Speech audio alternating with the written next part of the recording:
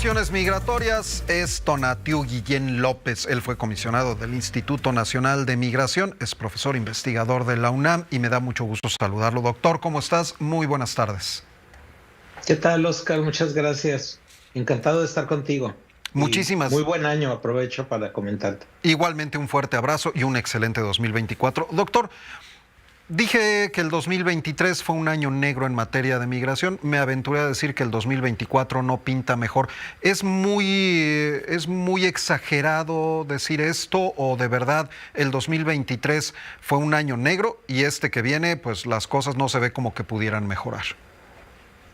Ha sido un año, no, no sé si llamarle negro, pero sin duda el más complicado que hemos tenido en mucho tiempo, lleno de tragedias, evidentemente.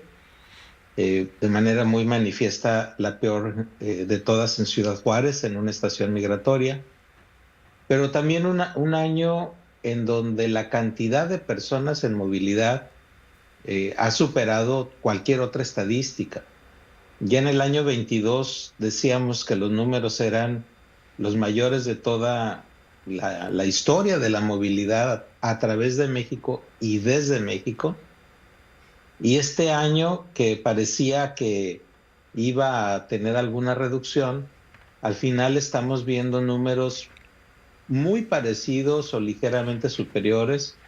Vamos a ver los números finales del mes de diciembre, pero estamos en ese mismo escenario. Esto es, de grandes cantidades de personas intentando cruzar desde sus lugares de origen, a veces todo Centroamérica, México, y otro tanto, pues, de lo que no hacemos mucha hincapié, de mexicanas y mexicanos. Un tercio del total somos mexicanas y mexicanos tocando la puerta de la frontera sur de los Estados Unidos. Y esa complejidad es la que ha hecho muy difícil la gestión y la atención de la problemática que sobre todo le llamaría una situación de refugio muy distinta a la que teníamos hasta hace poco tiempo. Lo que el nuevo perfil de refugiados es el que domina y es el más trágico de todos, y lamentablemente no hay las políticas adecuadas con esa perspectiva. Y del otro lado, Oscar, tenemos gobiernos progresivamente endureciéndose. El de Biden, que parecía que iba a tener espacios de mayor apertura, al final, por razones de la política interna de Estados Unidos, está pues a un paso ya de generar iniciativas muchas más duras de contención en la frontera con México. Y luego México pues persiste en un escenario de contención, de muy poca inclusión, porque es el otro responsabilidad que debiéramos tener. Y al final lo que tenemos entonces son dos grandes oleadas, dos grandes movilidades, dos grandes fuerzas, una social humana que confronta a la otra, que son las políticas migratorias duras de exclusión, y es una colisión no metafórica, es una colisión física. Y esa colisión física genera muchas víctimas, y tenemos más o menos 3 o 4 personas que diario mueren en este drama que vivimos en este escenario. Y lamentablemente el 24 no parece mejorar. Los factores de la movilidad, de expulsión, persisten, y del otro lado, en vez de rectificar, al parecer lo que tenemos son iniciativas que están caminando en el sentido de más dureza, de más exclusión, de más contención, y por lo mismo de mayor costo humano en todos los sentidos. Y ese parece ser nuestro 24, lamentablemente. Las causas de este incremento en la migración, doctor, sin duda la pobreza, la falta de oportunidades expulsa a muchas personas de sus lugares de origen, persecuciones políticas, nos hablabas también de muchos que llegan en calidad de refugiados. También se habla, y creo que no es equivocado mencionar, que hay cuestiones políticas. México y Estados Unidos estarán viviendo en este año procesos electorales que también sin duda juegan, pero ¿qué otros factores o por qué estos factores están provocando que se incremente de tal manera la migración? Si me permites un referente genérico, porque tenemos una movilidad intensificada desde Cuba, desde Nicaragua, desde Venezuela, de Colombia, que repuntó un poco, de Perú, de Ecuador y de México, subrayado México, también es muy importante tenerlo como parte de la problemática de las movilidades, coinciden en tiempo en lo que llamaría las consecuencias pospandémicas. No solamente la pandemia como enfermedad, que de suyo fue muy grave y muy costosa, sino por todo el conjunto de repercusiones que fueron asociadas. Hago una metáfora aquí para tratar de describir el escenario y diríamos que lo que estaba mal se hizo peor, mucho peor. Lo que estaba peor se volvió catastrófico. Y son una combinatoria de factores de distinto tipo.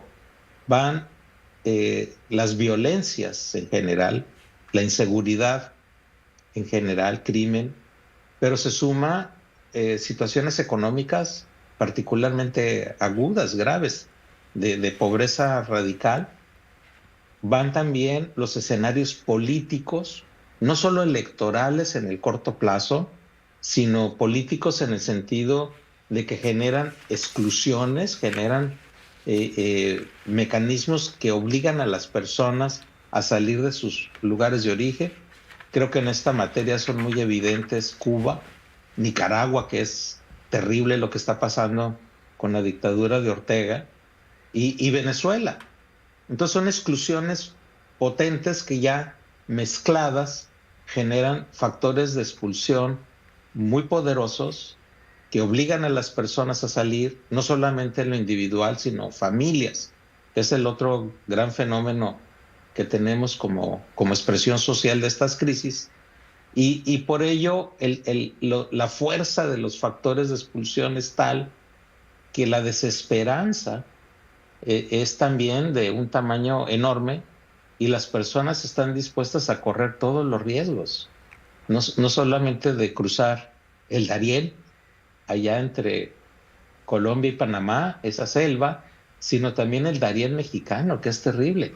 La situación en la que se encuentran las personas refugiadas en tránsito por México, pues no tiene nada de humana en las condiciones en las que se encuentran y no estamos al tono, lamentablemente. No estamos en la comprensión de la dimensión y de la crisis humana en la que estamos ahora inmersos todos y solo viendo, no estamos actuando de manera coherente y por el contrario, si ya lo pensamos en políticas, hay más indicios de mayor dureza que de políticas de inclusión y de atención humanitaria. Suena hasta macabro decirlo, doctor, pero la llegada de miles de migrantes está significando un negociazo para el crimen organizado, que ve en los migrantes la oportunidad de extorsionarlo, de reclutamiento forzado, de secuestrarlos y a final de cuentas con la tranquilidad que les da la impunidad de que en muchos de esos casos, como yo lo platicaba con el vocero de seguridad de Tamaulipas, son delitos que no se denuncian, de los que nadie sabe y a final de cuentas, pues entonces, una vez cometidos, nadie los castiga tampoco. Así es, desafortunadamente, entre más severas y de exclusión son las políticas de refugio y de atención, y entre más grande es la movilidad, en esa proporción crece la oportunidad malvada y horrenda del crimen organizado de explotar a estas poblaciones.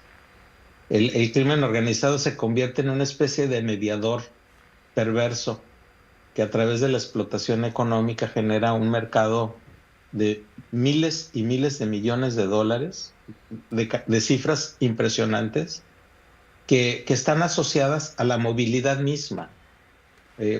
Es también muy obvio, pero una de las infraestructuras de movilidad más grandes que hay de sur a norte, pues la controlan los traficantes de personas y mueven personas en trailers, en camiones, en vehículos.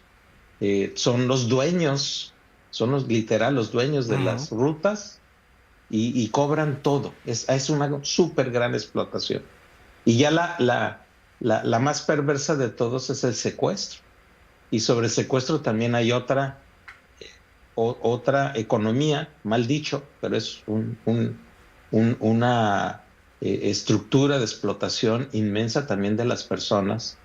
Y todo esto, lamentablemente, ese dinero gigantesco se mueve en los circuitos normales de la movilidad de dinero. A ver, ¿por qué no hacemos una investigación? Por lo menos sobre los flujos de dinero, por lo menos.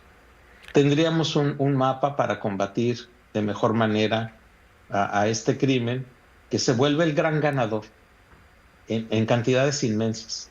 Y sus complicidades también. Se vuelven los grandes ganadores en cantidades inmensas de una situación pues gravísima en la que están las personas y que son aprovechadas de esa manera por estas estructuras de poder que se extienden en todo el territorio mexicano y que sin duda tienen conexiones muy grandes fuera de este territorio. Son también organizaciones con capacidad internacional. ¿Se tiene algún dato, doctor, de la cifra negra de todo lo que no se maneja a nivel oficial, de cuántos migrantes son víctimas de delito, de extorsión, de secuestro, de asesinato? ¿Se tiene algún aproximado? Hay unos datos de Naciones Unidas que han hecho estimaciones. No los traigo a la mano, pero son cifras impresionantes. Solo para que tengamos un referente mínimo. Las tarifas, dicho así, con todos sus matices, de movilidad de una persona de Centroamérica a la frontera norte de México y intento de cruce en Estados Unidos, ronda los $10,000 por persona. Si tienes 1,000 personas, que es una cantidad pequeñita, si tienes 1,000, pues ya te imaginarás lo que significan 10,000 por 1,000. Si tienes 20,000, 30,000 personas, 40,000, 50,000 personas, ya no nos van a alcanzar los cuadernos para apuntar la cantidad de ceros que hay detrás de esta estructura de poder tan perversa. Entonces, los motivos, los estímulos en negativo para la existencia de estas estructuras criminales, pues son inmensos, literalmente inmensos. Compiten en escala con el tráfico de drogas, si no es que eventualmente pueden superarlo en algunas coyunturas. De ese tamaño es el perverso animal del crimen organizado. Con base en las estadísticas ya conocidas y de la experiencia, ¿qué podemos esperar del 2024? ¿Estas condiciones se van a mantener, van a empeorar o podría darse alguna mejoría aunque fuera muy, muy, muy escueta? Desafortunadamente soy pesimista en el pronóstico, porque los factores de expulsión, incluido México, los factores que obligan a las personas de Michoacán o de Guerrero o de Chiapas o de Oaxaca o de Zacatecas o de parte de Jalisco a salir de sus comunidades persiste y no hay ahora en el horizonte escenarios que nos digan van a reducir y entonces va a haber menos desplazamientos obligados de estas poblaciones. Entonces, lamentablemente, por ahí no hay grandes cambios. Y del otro lado, en políticas, pues lo que estamos viendo son más señales de endurecimiento, más señales de aquí no cambia nada, más señales de mayor contención y de evolución de personas que de inclusión y de protección como debiéramos estar haciendo. Entonces mi pronóstico es muy pesimista. En el mejor de los escenarios vamos a ver algo parecido, lo cual ya es malo, pero puede ocurrir que tengamos medidas de contención y de freno más pronunciadas que las que hemos visto en el año 23, lo cual es peor. Entonces no hay, lamentablemente quisiera pensar otra posibilidad, pero ni en los gobiernos de México, ni en el gobierno de los Estados Unidos, ni en los de Centroamérica, ni los de origen, hay cambios que nos dijeran las cosas van a mejorar.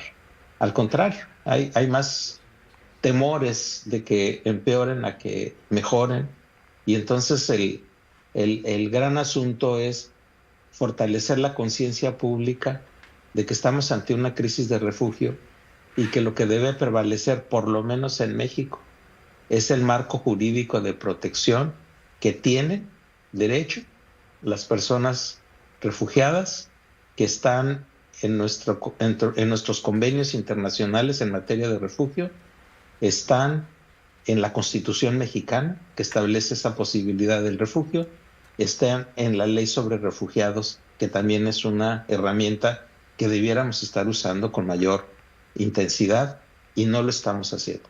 Pero material jurídico, principios políticos, los tiene el Estado mexicano, pero no están siendo considerados de manera relevante en la atención central de los flujos, ni siquiera de los mexicanos que están siendo desplazados de sus comunidades de origen. Pues sí, así pintan las cosas. Doctor, muchas gracias por esta entrevista. Al contrario, muchas gracias a ti y lo mejor. Muchas gracias a usted y desde luego un feliz 2024. Es Tonatiuh Guillén López, excomisionado del Instituto Nacional de Migración y también profesor investigador de la UNAM.